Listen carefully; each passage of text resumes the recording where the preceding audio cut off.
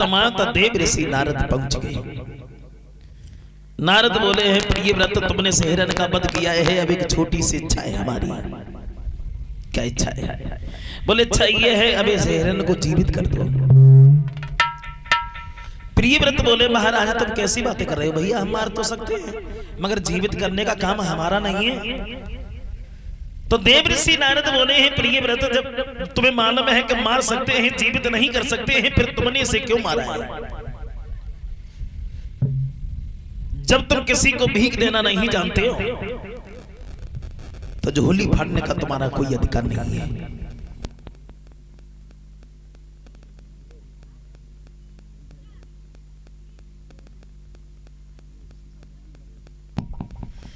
जब तुम किसी का सम्मान करना नहीं जानते हो तो अपमान करने का तुम्हारा कोई हक नहीं है।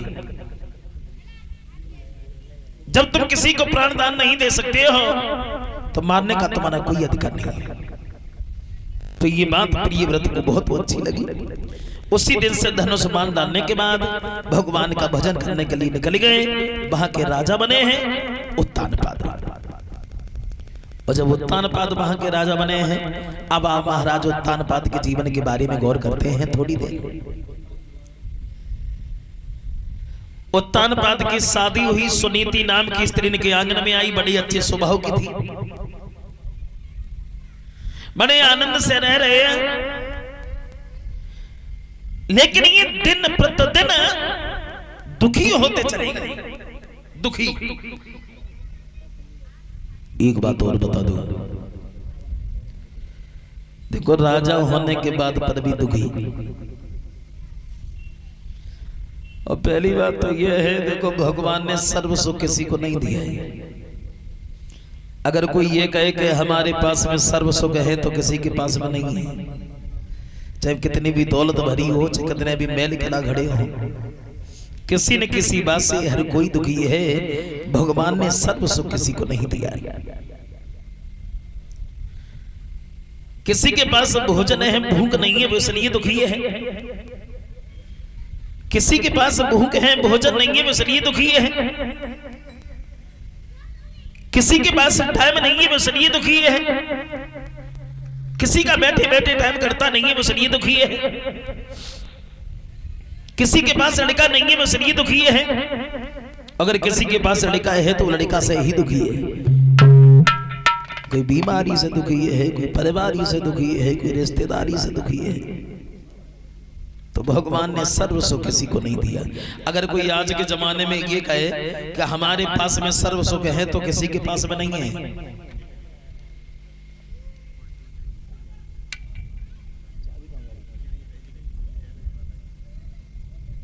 भक्तजनों, और देखा जाए तो आज के जमाने में कोई सुखी दिखाई नहीं पड़ता है, क्योंकि इस संसार में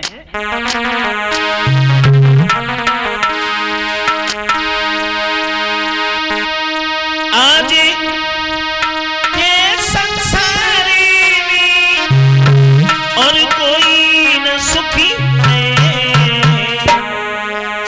हर किसी न किसी बात से हर कोई दुखी है। किसी न किसी बात से हर कोई दुखी है।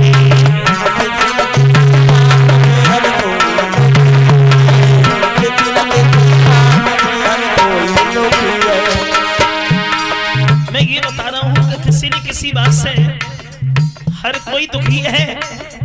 भगवान ने सर्व सुख किसी को नहीं दिया।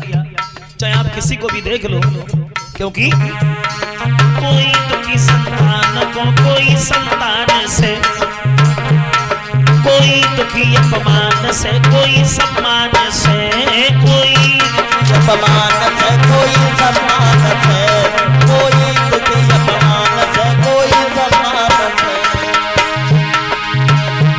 सब दुख सहन होते बड़ा दुख शरीर का, और भोगता है भारी फल अपनी तकदीर का।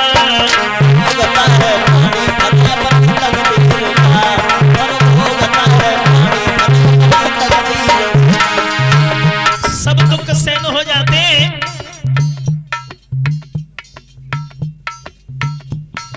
लेकिन सबसे बड़ा दुख होता है शरीर का दुख।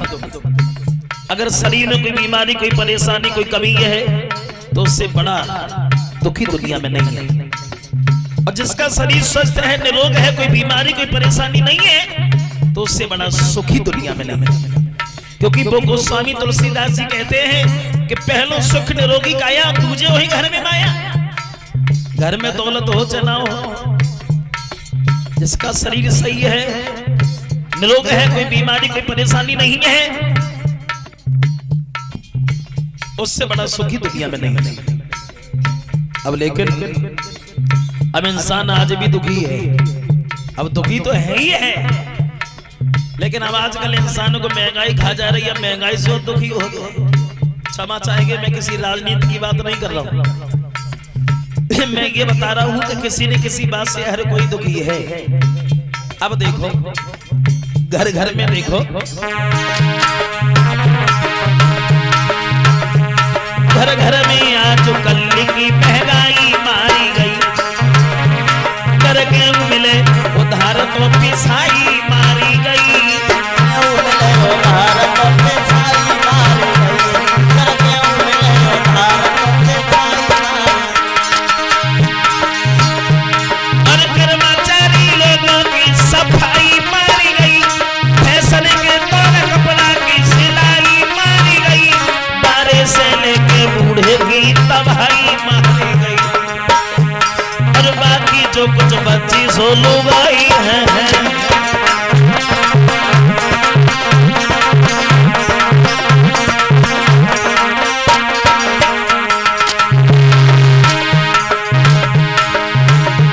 अरे अपनी अपनी किस्मत है जो हर ने लिखी है, गुरुदेव हर किसी न किसी बात से हर कोई दुखी है, किसी न किसी बात से हर कोई दुखी है।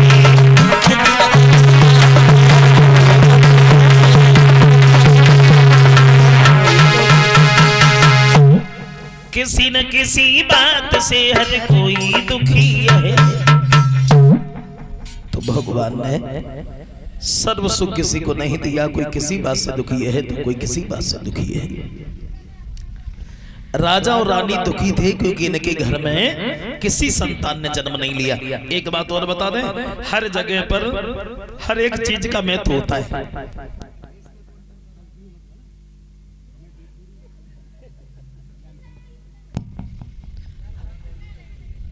घर में तुम सब्जी चाहे कितनी भी बढ़िया बनवाओ, घर है, सब्जी चाहे कितनी अच्छी बनवाओ, चाहे कितना भी घी डालो, अगर उसमें नमक ना हो तो कोई स्वाद नहीं होता है।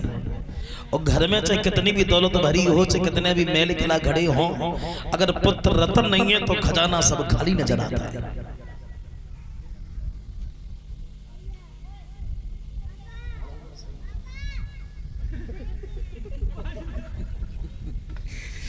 भक्तजनों, तो राजा और रानी दुखी थे क्योंकि इनके घर में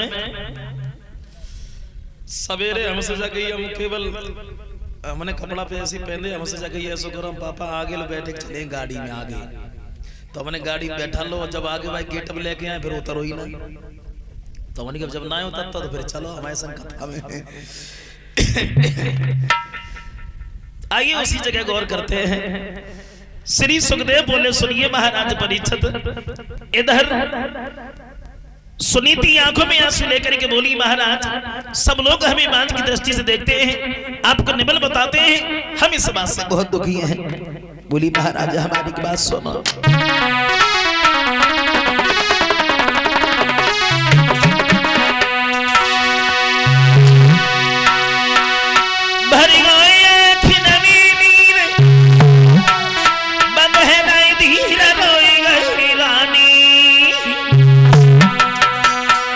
घर में कोई संतान सैया हो रही है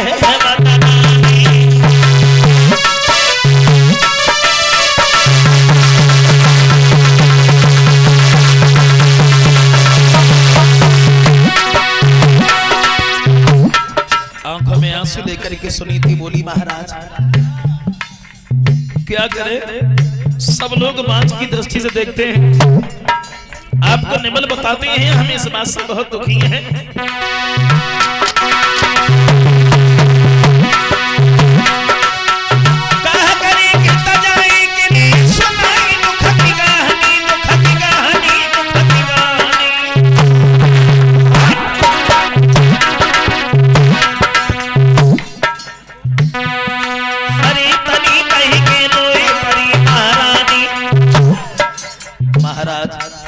इसी बात की चिंता में सब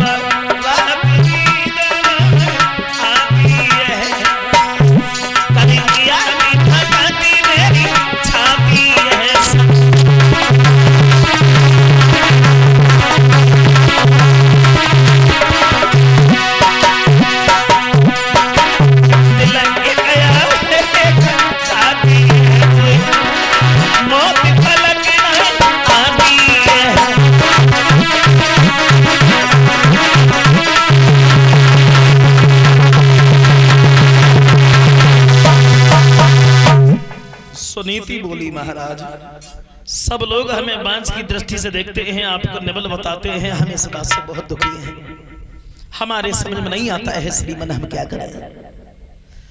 तो तान बात बोले हैं, रानी तुम आंसू बहा रही हो तो ये बिल्कुल गलत है। आंसू बहाने से, रोने से, चिंता करने से इंसान न कभी धनवान होता है, न बलवान होता है, और न कभी दुख दूर होता है। मतलब बोले हमारी बात सुनो, तुम रो ना। भद्रे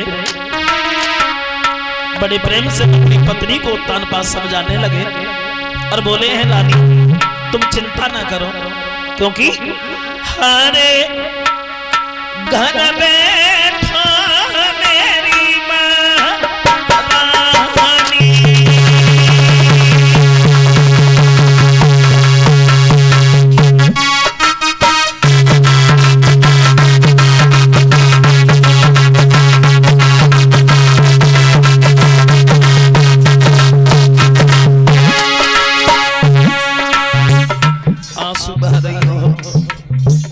चिंता कर रही हो तो ये बिल्कुल गलत है।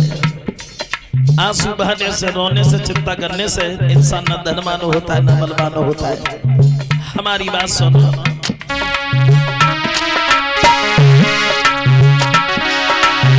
हरे घर बैठा मेरी मां रानी,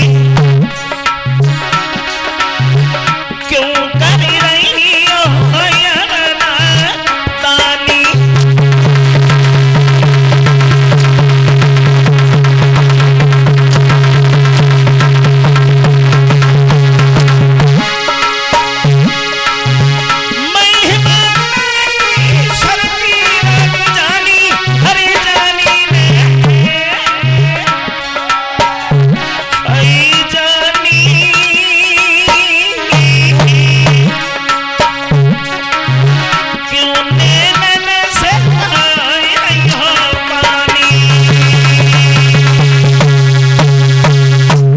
हमारी बात मानो तो चिंता करना छोड़ दो।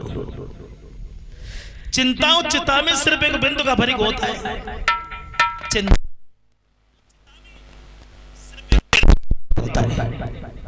चिंता जीवित को खा जाती है और चिता मुर्दा को जला देती है। सिर्फ एक बिंदु का फर्क होता है चिंता और चिता में। भगवत श्रोताओ, श्री सुखदेव समझाते हुए बोले हैं, सुनिए महाराज परीक्षित। इधर महाराज उत्तानपाद अपनी पत्नी को समझा रहे हैं, का रानी तुम आंसू मत बहाओ,